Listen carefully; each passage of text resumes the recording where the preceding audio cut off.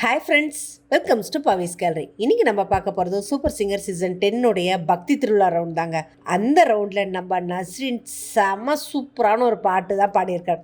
அந்த குட்டி அம்மனே இறங்கி வந்து பாடினா எப்படி இருக்குமோ அந்த அளவுக்கான ஒரு பாட்டு. அதுவும் நம்ம சித்ராமா பாடின பாளையத்தம்மன் படத்துலேருந்து பாளையத்தம்மா நீ கோடி விழ, ஆக்சுவலாக அந்த ஒரு பக்தியை வந்து ஃபீல் பண்ணி பாடுவாங்க பார்த்தீங்களா, சான்ஸே இல்லைங்க. பாடிட்டு இருக்கும்போதே அந்த அம்மனா வேஷன் போட்டு பின்னாடி உட்காந்து நம்மளுடைய ஸ்டார் விஜயோட சரண்யா அவர்கள் ஆர்டிஸ்ட்டு அப்படியே அவங்களுக்குள்ள அந்த அம்மனை இறங்கி வந்து செம சூப்பராக கடைசி முடிக்க டான்ஸ் ஆடி வாழ்த்தியிருக்காங்க. அவ்வளோ சூப்பராக. ஆக்சுவலாக அந்த பாட்டுக்கான உண்மையான அர்த்தம் தெரியுமா தெரியாதா எதுவும் இல்லை.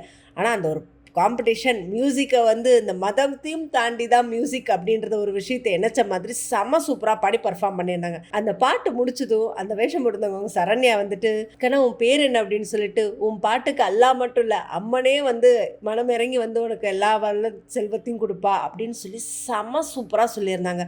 நிஜமாவே இந்த வயசு பசங்க அந்த ஒரு பக்தி அப்படின்னும் போது அவங்க மதம் மட்டும் நான் அப்படின்றது இல்லாமல் எல்லாமே இருக்குது, நமக்கு மீறின ஒரு சக்தி அவ்வளோதான் அப்படின்றது எவ்வளோ அழகாக செம க்யூட்டாக ப்ரூஃப் பண்ணி பாடியிருக்காங்க.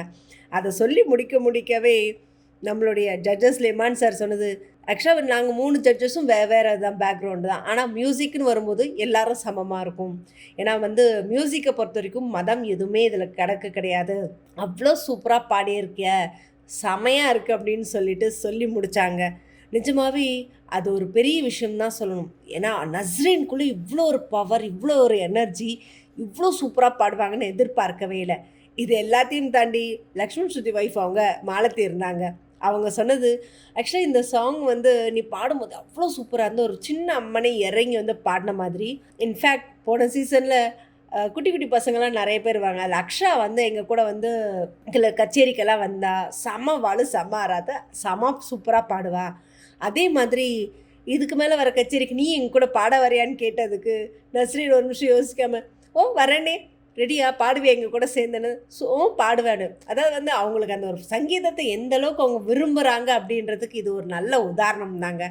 இப்படி நடந்துட்டு இருக்கும்போதே ஸ்பெஷல் கெஸ்ட்டாக வந்தால் நம்மளுடைய முகேஷ் அவர்கள் வந்துட்டு, நான் ஒரு விஷயத்த சொல்லணும்னு விருப்பப்படுறேன் அப்படின்னு. என்ன அப்படின்னு, இல்லை நஸ்ரீன் பாப்பாவுக்காக நான் ஒரு பாட்டை வந்து டெடிகேட் பண்ணணும்னு இருக்கேன் அப்படின்னு சொல்லிட்டு, என்ன பாட்டு அப்படின்னு சொல்லி கேட்கும்போது சூப்பரான ஒரு பாட்டு பாடினாங்க. இஸ்லாமிய மக்கள் அப்படின்னு பார்க்கும்போது அவங்க ஃபங்க்ஷன் எதுவாக இருந்தாலும் இந்த ஒரு பாட்டு இல்லாமல் அவங்க எந்த ஒரு விஷயத்தையும் அவங்க தொடங்க மாட்டாங்க அப்படின்றது நம்மளுடைய நாகூர் அனிஃபா அவர்கள் பாடின இறைவனிடம் கையேந்துங்கள் அந்த சாங்கை நம்மளுடைய மனோஜி அவர்களும் சேர்ந்து நஸ்ரீன்கா சூப்பராக பாடி டெடிகேட் பண்ணாங்க.